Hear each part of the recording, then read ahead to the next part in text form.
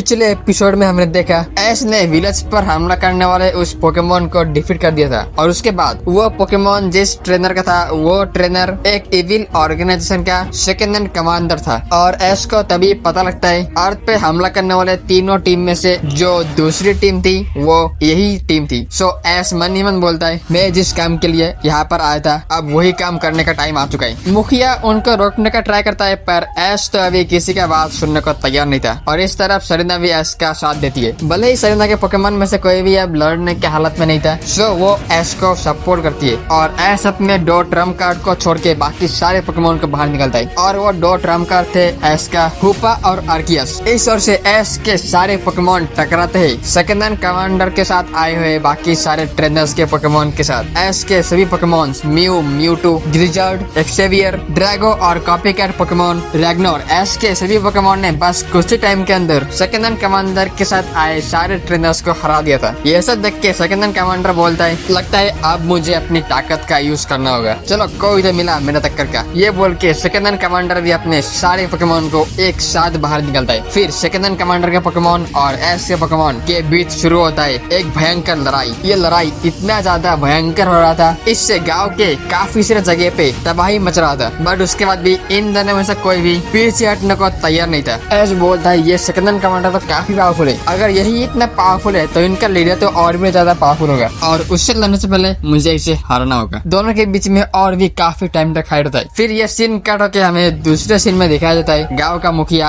एश और सरीना को thank you बोलता है उनके इतने मदद के लिए। पर आखिर बैटल का हुआ क्या, कौन जीता? तो हमें फ्लैशबैक में दिखाया जाता है दोनों ही ट्रेनर्स काफी देर तक फाइट कर रहे थे पर तभी सेकंड हैंड कमांडर को एक कॉल आता है और उस कॉल को अटेंड करने के बाद सेकंड हैंड कमांडर लड़ाई को बीच में रोक के वहाँ से चला जाते हैं। मतलब लड़ाई का कोई रिजल्ट निकला नहीं था। फिर हम प्रेजेंट के सीन में आते हैं जहाँ पे एक एक करके सारे गाँव वाले आ रहे थे। ये सब देख के गाँव के मुखिया बहुत ही खुश थे और वो फिर से ऐश और सरीना का शुक्रिया अदा करते। उसके बाद सारे गाँव वाले मिलके डिसाइड करते हैं वो लोग सरीना और ऐश इन दोनों के लिए एक बड़ा फेस्टिवल मनाएंगे और उसी दिन रात को एक बहुत ही बड़ा फेस्टिवल होता है जस्ट इन दोनों को थैंक्स कहने के लिए। यहाँ पे मुखिया बोलते अगर आपको कहीं भी कभी भी हमारी मदद की जरूरत पड़े और अगर हमसे हो पाया तो हम सब बिल्कुल आपकी मदद करेंगे। ऐश बोलता है आप सबका बहुत बहुत शुक्रिया पर मुझे आपसे बस एक ही सवाल पूछना है, आखिर ये लोग इस गाँव से चाहते क्या है? क्या आपके पास कोई कीमती सामान है? मुखिया बहुत टाइम तक सोच के बोलते है नहीं हमारे पास तो ऐसा कोई कीमती सामान नहीं है, ना ही हमारे पास कोई खजाना है, ना ही और कुछ। हाँ बस हमारे पास एक स्पेशल पोकेबॉल है जो कि पीढ़ियों से हमारे पास है। ऐश पूछता है क्या मैं उस पोकेबॉल को एक बार देख सकता हूँ? मुखिया बोलता है हाँ बिल्कुल। उसके बाद मुखिया के कुछ लोग जाके मुखिया के घर से वो अनोखा पोकेबॉल लेके आते हैं। ऐश उसको अपने हाथ में पकड़ के बोलता है वाकई ये बहुत अनोखा पोकेबॉल है, मैंने ऐसा पोकेबॉल आज से पहले कहीं भी नहीं देखा था। सरीना भी ऐश के बात से एग्री करती है। फिर ऐश मन में सोचता है क्या ये गोल्डन ड्रैगन का पोकेबॉल हो सकता है? पता नहीं क्यों पर मुझे लग रहा है मुझे इस पोकेबॉल की जरूरत है। ऐश पूछता है क्या मैं इस पोकेबॉल को अपने पास रख सकता हूँ? मुखिया चुपचाप बहुत टाइम से कुछ सोचते। गाँव के काफी से लोग आके बोलते हमें तो लगता है बस इस पोकेबॉल के कारण ही हमारे ऊपर इतने सारे हमले हो रहे थे। सो हमें नहीं लगता हम इस पोकेबॉल को अपने पास सेफ रख पाएंगे, उससे अच्छा हम इस पोकेबॉल को आप दोनों को ही दे दे। अब मुखिया सारे लोगों की बात को अच्छे से सुनते हैं फिर वो धीरे से बोलते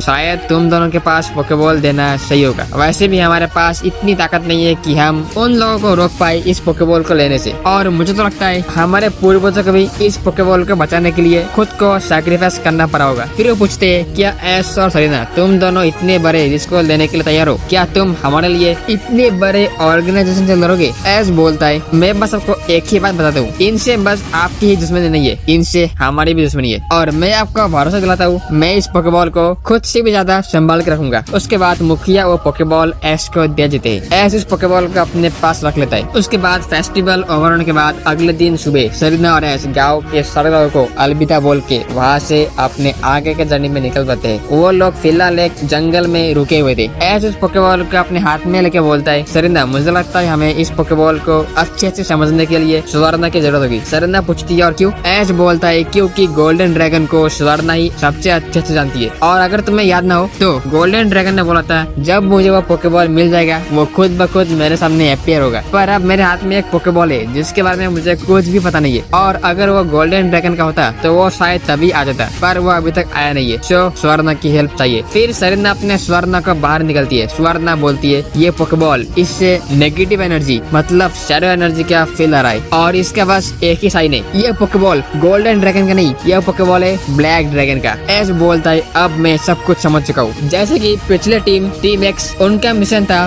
गोल्डन ड्रैगन को कैच करना और जो अभी का टीम है उनका मिशन है ब्लैक ड्रैगन को कैच करना। मुझे याद है अर्थ पे उन लोगों ने यही बोला था, पर इसका मतलब एक और थर्ड टीम है जिनका मिशन है दोनों ही पोकेमॉन को एक साथ कैच करना। सो उनसे तो हमें संभाल के रहना होगा, पर फिलहाल मुझे ब्लैक ड्रैगन के पोकेबॉल को संभाल के रखना होगा। सरना पूछती है तो ऐश अब आगे क्या? ऐश बोलता है अब सब क्लियर है, मुझे इस टीम से लड़ना है और इनसे लड़ने का मेरे पास एक रीजन है, ये पोकेबॉल वो खुद ब खुद मुझसे लड़ना आएंगे और इन सभी को हरा के मैं इस टीम को तोड़ दूंगा और उसके बाद मुझे बस गोल्डन ड्रैगन के पोकेबॉल को ढूंढना है और देन हम दोनों ही ड्रैगन्स को एक साथ कैच कर लेंगे और फिर हम एक्सकैबियर जैसे पोकेमॉन के साथ लड़ने के कैपेबल होंगे। और मुझे लगता है यही एंड नहीं है, इसके आगे भी बहुत कुछ है। फिर ऐश खड़ा होता है और उसके साथ साथ सरीना भी उसके साथ चलती है। दोनों फॉरेस्ट को क्रॉस करके एक नए शहर में एंटर करते हैं। ऐश बोलता है यहीं से शुरू होगा हमारा सफर। शहर में पहुंचने के बाद सरीना बोलती है तो क्या हम एक नए टूर्नामेंट में हिस्सा लेंगे? ऐश बोलता है नहीं, इस बार हम इन पे डायरेक्ट हमला करेंगे। सरीना पूछती है और वो कैसे? क्या तुम्हें उनका लोकेशन पता है? ऐश बोलता है तुम चिंता मत करो। फिर हम देखते हैं सेकंड हैंड कमांडर अपने बेस में चला आता है अपने साथियों के साथ। वो अपने मेन कमांडर से पूछता है आपने हमें अर्जेंटली क्यों बुलाया? मेन कमांडर बोलते हैं तुम्हें याद है ना हमने अर्थ पे हमला किया था? सेकंड हैंड कमांडर बोलते हैं हाँ मुझे याद है। फिर मेन कमांडर बोलते हैं तो अर्थ से कुछ लोग यहाँ पे आए हैं हमसे बदला लेने। सेकंड हैंड कमांडर हंसते हुए बोलते हैं क्या हमसे रिवेंज लेने आए हैं? क्या मजाक है? तो मेन कमांडर बोलते हैं अब हंसने का टाइम नहीं है, थोड़ा सीरियस बन जाओ, क्योंकि जहाँ तक मुझे खबर लगा है प्लेनेट 609 का जो टीम एक्स था वो टीम एक्स हार चुकी है। अब ये सुन के सेकंड हैंड कमांडर थोड़ा सीरियस बन चुका था। वो पूछता है तो क्या आपको उनके बारे में कुछ पता है? सो मेन कमांडर बोलते हैं कुछ ज्यादा नहीं, पर मुझे ये पता है वो बस दो लोग हैं, एक लड़की और एक लड़का जिसके पास एक पिकाचू है। अब ये सुन के सेकंड हैंड कमांडर को एस पिकाचू और सरीना के बारे में ख्याल आता है। वो बोलता है मैंने ऐसे ही कुछ लोगों को उसी गाँव में देखा था जहाँ पर वो ब्लैक पोकेबॉल है। अब ये सुन के मेन कमांडर बोलते हैं तुमने जिन्हें देखा शायद वो